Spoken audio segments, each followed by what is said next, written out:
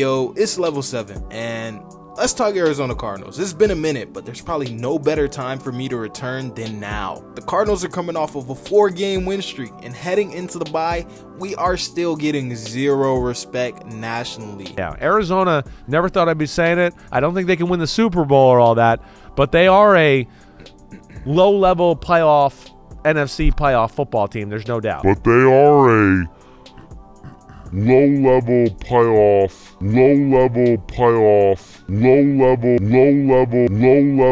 Shut up, bitch! The Niners barely beat a Bucs team with K. Otten as their wide receiver 1, and now they're looked at as Super Bowl contenders. Damn, fuck the 49ers. Yeah, fuck the 49ers. Yeah, fuck the 49ers. Y'all a sorry ass team. Thanks. Fuck the 49ers. Damn, I hate the 49ers. I hate y'all. I hate the 49ers. The Rams, who look good right now, admittedly. I broke up with my ex-girl. Here's a number. What's that shit say? Psych! That's the wrong number! And we've already beat both of them.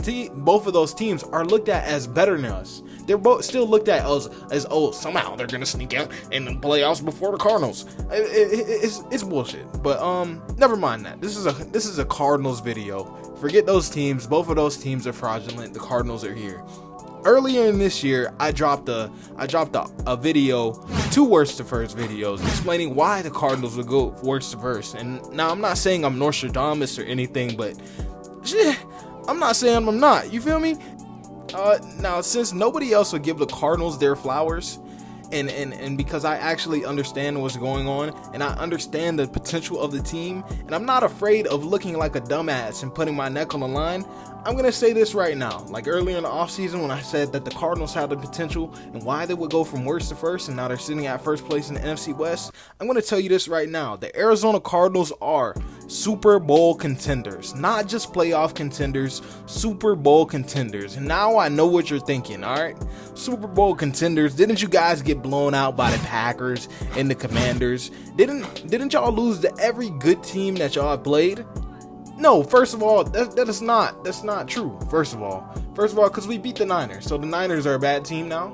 The Niners are a bad team. Yeah, I just called them fraudulent. They're fraudulent. They're not Super Bowl contenders, but they're not bad either. The Chargers are a bad team, right? The Chargers are a bad team. The Dolphins with Tua, I think they're gonna win. I think this is before the game comes on. I might be wrong. I think they're gonna beat the Rams tonight. I think the Dolphins with Tua is actually a formidable opponent. Took it down to the line with us. Took it down to the line with the Bills, and I think they're gonna beat the Rams tonight. Okay, but that's besides the point, right? That's besides the point. And anyways, that's not how this football shit works, man. That's not how sports works, let alone how life works in general.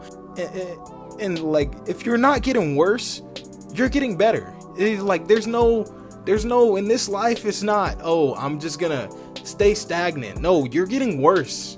You're either getting worse or you're getting better. And the Cardinals, for the last 4 weeks, ever since the Cardinals have been embarrassed by the Packers, we have been getting progressively better. This is not the same team that played the Commanders earlier in the year. This is not the same team that even played the Niners earlier in the year. And it starts with this defense. On this 4-game winning streak, the Cardinals have not allowed a single touchdown at home.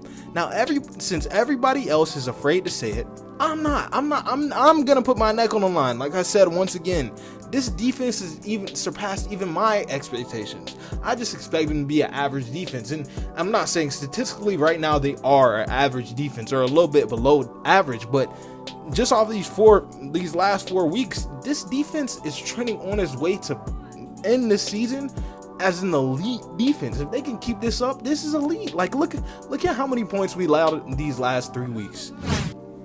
Come on, man, that's pretty fucking good. And that's largely due to the secondary. The Cardinals' young secondary is balling. Speaking of the secondary, every great secondary has a nickname. The previous Cardinals secondary was called the no-fly zone. You know, the Seahawks had the Legion of Boom. You know, there's other nicknames that I probably can't think of. So this young and blooming secondary needs a nickname. And I'm thinking, you know, the Sistine Strappers. You get it? Because the Cardinals and the Pope. I tried. So, you know, all jokes aside, this secondary with Max Melton starting for the last 4 weeks has been borderline elite. Held Aaron Rodgers to 128 passing yards and no touchdowns, while locking down the likes of Garrett Wilson and Davante Adams, with the majority of their yards coming in garbage time. Held Caleb Williams to 172 passing yards and no touchdowns, with the majority of those yards coming from a bust in coverage and in garbage time. Now against the Dolphins, they allowed Tua to throw for 234 yards and a touchdown, but majority of those yards came from screen passes and underneath dip and dunk plays. Very little explosive plays were given up down the field. And against the Chargers, they gave up a hefty amount of yards with 349 yards, but they gave up no touchdowns. Bend but don't break largely defines this defense right now. The reason why this defense is playing at the level that it's playing at, one of the biggest reasons I would say, is because we have the best safety in the league on our team in Buda motherfucking Baker. Through 10 weeks, Buda has 100 tackles. That's second in the entire NFL. Buda is a safety, by the way. Buda affects every single play. Like, no joke, every single play. If a player on the opposing offense touches the ball, Buda Baker is touching that player. Non-consensually. Pause. Pause what? You said something gay, so you gotta say no homo, or else you a homo. And it's not like QBs are throwing his way either. He has 3 PBUs on the way, and that's largely due to the fact that balls don't come his way. The eye in the sky don't lie. All 22, Buda Baker doesn't really get targeted like that.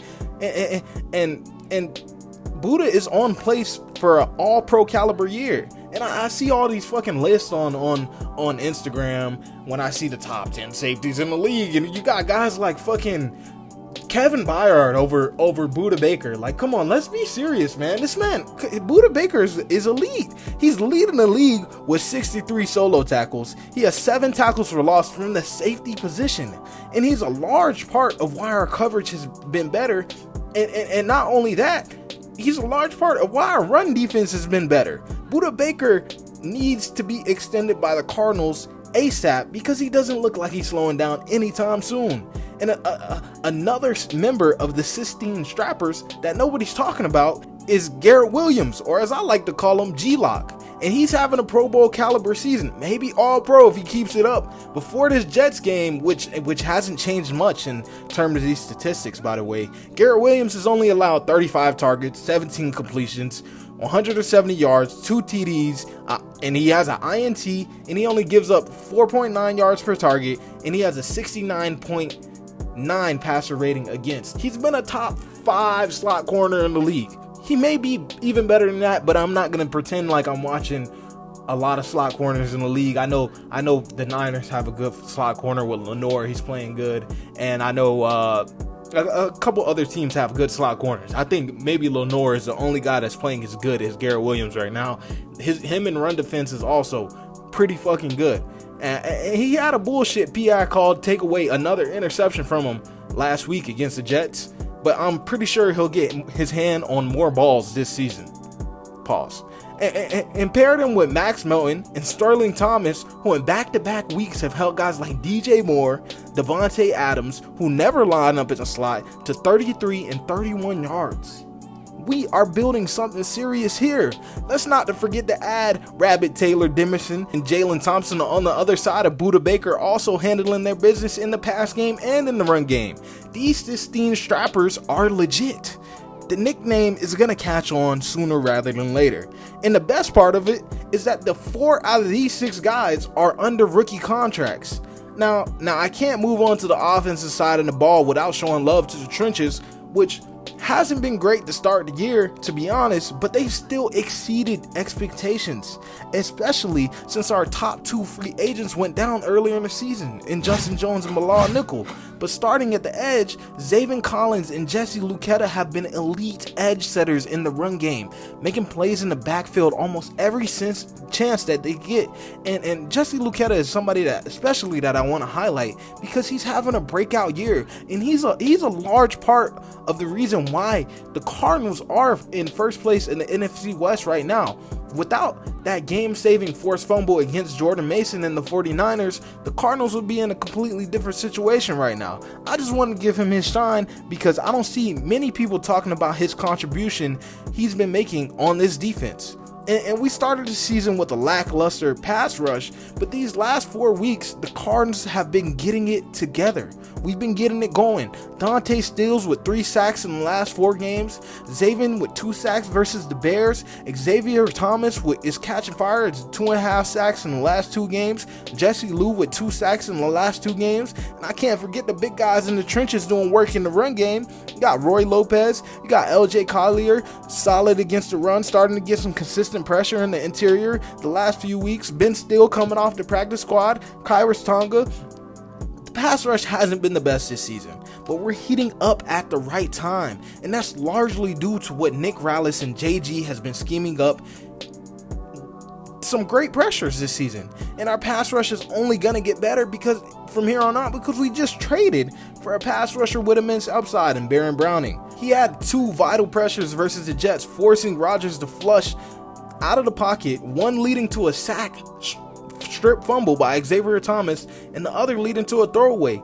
And we've still yet to add back Darius Robinson, who was destroying grown men in the offseason. This defense is only going to get better. And I can't forget Kaiser White and Mack Wilson, who have both been having great seasons so far, commanding the middle of this defense and solid in the run game and just as good in the passing game. I would love so much to talk about these players for the next hours, but I gotta talk about the entire team. And I told you before the season that the Cardinals would go from worst to first, and right now I am technically right.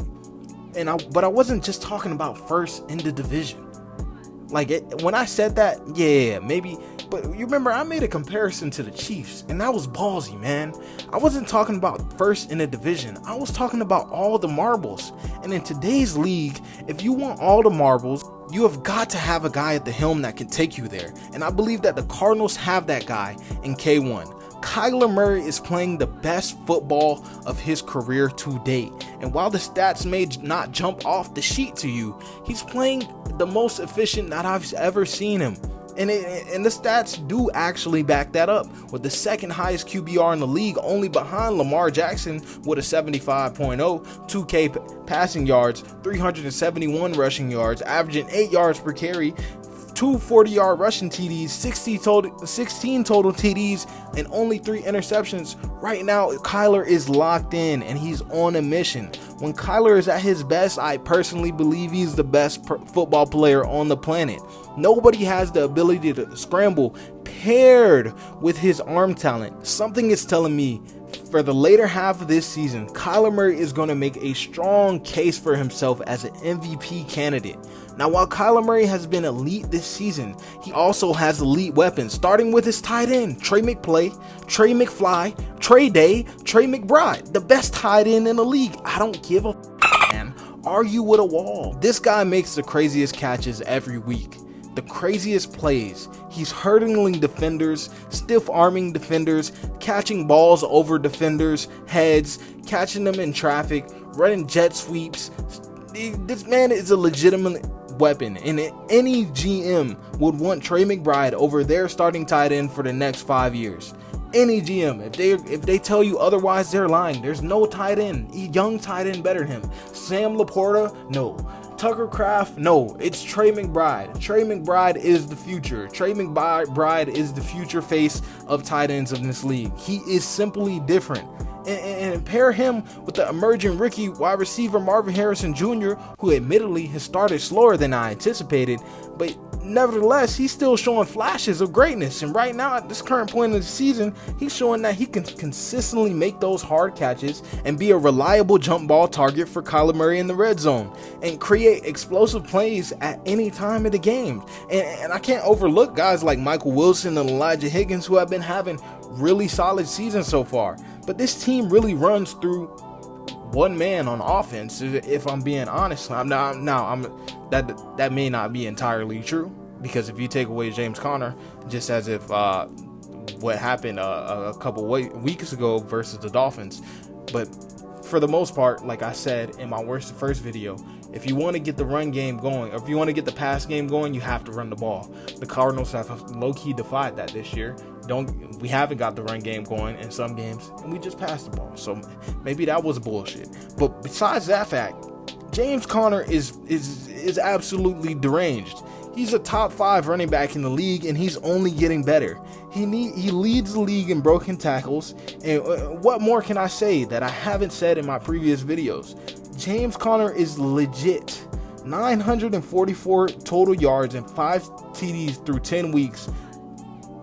What can I say, man? You gotta give James Conner his flowers. He's him. He's him. And pair that with the rookie Trey Benson, who's been coming on these past few weeks, and sheesh, dog, we haven't seen shit yet. The Cardinals have the chance to do something completely unprecedented, led by Jonathan Gannon. This team's buy-in is the best that I've ever seen it. Everybody is on the same page and none of the players are satisfied. I promise you, when I watch a press conference, I watch majority of all the Cardinals press conferences. It's like the players are almost robotic and how they're all bought into the same message. And it's not like I just watched the Cardinals press conferences, right? But I'm a real fucking weeb and nerd when it comes to this Cardinals football shit. So leading up to the week, I'm watching who we're going against press conference, and there's a complete different vibe and energy behind the Cardinals players. It's something that I haven't seen before. I haven't seen it before. I haven't seen this a collective buy-in as such as this team has. And let me just say it like this, right? Kyler Murray isn't just satisfied about getting into the playoff. That's not what he's worried about. He's not content with just getting into playoffs, and I'm not either. And if you are, that's fine. That's fine. If you're just content, okay, the Cardinals go to the playoff and then lose, I'm not fine with that shit. And if you're just trying to like make yourself feel good, like prepare for the easy letdown, I don't give a damn, man. At the end of the day, it's just a sport. If you lose, then we come back next year, and I'm gonna be just as biggest fan today that I am next year. It doesn't matter. But I'm not gonna even think like that, because I see something in this team that I don't see in other teams. I see it. That this team is not just this team. I get tired when I hear people saying that their team is better than this team, because this is what a lot of fans think.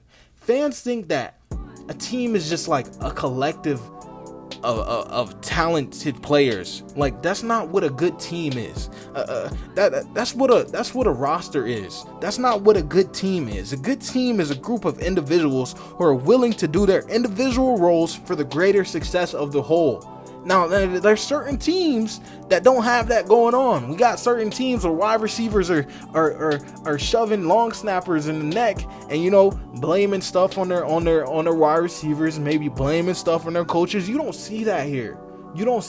Maybe that was something that happened in the past, but you don't see that here. When somebody fucks up, it's always them. It's on me. If the players do bad, it's on JG. That's what JG says. If somebody messes up and they're being talked to, it's on them. They all take individual accountability, because that's what a team is. And this team has shown me week to week that all 11 guys on defense, offense, and special teams are coming to play. Every week, all 11 guys are getting better. Not just the players, but the coaches. Petzing started off the season kind of shitty. I was like, man, fire Drew Petzing, because I didn't know what the hell he was doing. Like, I didn't know what he was doing, but damn, he's been proving me wrong these last 4 weeks, and he's strung together some great offensive performances. I guess it was due to execution. The guys are executing now, and defensively, Nick Rallis has managed to build a defense that hasn't allowed a touchdown in 3 home games. Like, what our coordinators are doing, damn, Nick Rallis, let's speak about him. Nick Rallis might be a head coach. If he could keep this going, Nick Rallis might be a head coach within the next 2 seasons. He might end up a head coach this next offseason, because Nick Rallis, what he's doing is completely unprecedented, but that's another case. But, like, not to look ahead, right? Let's talk about later in the season. Not to look ahead. The Cardinals still control their own destiny. The Cardinals face the Seahawks fresh off the bye. That's a win, if I'm being honest. Like, I don't. The Seahawks don't. I don't think that they're on the same level as us. They get gashed by the run. And then we face the Vikings. Sam Darnold is making those boneheaded mistakes. And one thing that I love about the Cardinals this year is that we don't make those boneheaded mistakes. We don't make those mistakes. So if your team is making mistakes, our team is not going to make those mistakes. And we're going to win the game because your team is making mistakes and we're not. So we're going to win that game based off that simple fact. It doesn't matter if you have Justin Jefferson. If Sam Darnold is going to throw the ball into Garrett Williams' hands, we're going to score. And if he's going to do it again, we're going to score again. Now you're down 2 scores. And it's not like our defense is trash. And then we play the Seahawks again. It's a divisional opponent. Okay, I'm going to give them their respect. It's a divisional opponent, and those games are always, a little bit harder than other games. But I'm giving us the sweep. We deserve to give. They deserve these L's. They deserve these L's. Then we play the Patriots and the Panthers. We'll probably look like trap games, but I don't think that this team is the type of team that is going to be fooled or lured into trap games. Like, this team is not going to be content until they win a Super Bowl. That's what the hell the Cardinals have to do to be recognized on a large scale. We have to win a Super Bowl, because until we win a Super Bowl, everybody's going to overlook us. Until we win a Super Bowl, the national media will never respect us. But then we finish the season off with the Rams and the Niners, and those are the real challenges. I don't believe in the Niners. I think the Niners are going 7-10 this year, but the Rams, I think that the Rams are going to build something. I do think that they're going to lose to the Dolphins, but I think that they're going to string together wins after that, and they're going to be building something. And they might actually win out, and that game might determine, can they go to the playoffs or not.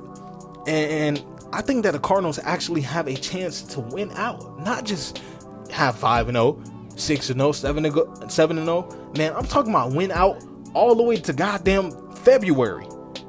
All the way to February. Because I genuinely believe this. When Kyler Murray and these Cardinals are playing at their best, they can beat any team in the league. I mean, any team. I'm talking about you, Detroit Lions, who we lost to earlier in this season. And I want to see the Packers in the playoffs. I want to see it. I want to see the Packers in the playoffs. I want to see the Ravens in the Super Bowl. That's what I want to see. I want to see this team against the best teams, because I know that this team is the best team when they're playing at their best. And we might not have the best talent, and we might not have the best players, but God, this team is a team. This team plays together. That's what football is about. It's not about having all these household names. Yeah, we got Zaven Collins and Jesse Luketa on the edge. Like, who is Jesse Luketa? That's a guy, man. That's a guy. It doesn't matter if you know who he is. He plays football, and he plays football good, and he plays football hard. Yeah, we got Baron Browning. You probably don't even know who that is either. Who the hell is Kaiser White and Matt Wilson? Does it matter? Do you know who Garrett Williams is? You don't know who any of these guys is. Or you don't know who Sterling Thomas V is. You don't know who Max Melton is. You don't know who Jalen Thompson is. You don't know who Rabbit Taylor Demerson is. Man, you don't know who Michael Wilson is. You don't know who Elijah Higgins is. You don't know who Tristan Colon is. You don't know who Yelda Froho is. You don't know who half of the guys on this roster are. And yet, I guarantee you, we're going to find a way to win these games. We're going to find a way to win these games. I can't guarantee it. I lied to you. I can't guarantee it. But you will know their names. You will know their names, man. That's all I gotta say, man. I hope you guys enjoyed the video. And if you enjoyed the video, leave a like and subscribe. And I know I haven't posted since the off season, but I'm gonna try to get back more consistent. Probably not all these 20-minute videos. Probably just like a end of the game recap.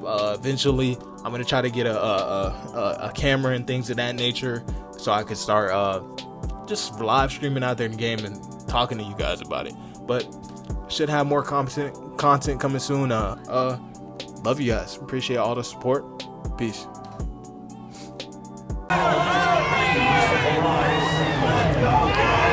Season starts now. You gotta give money every day. You gotta give money.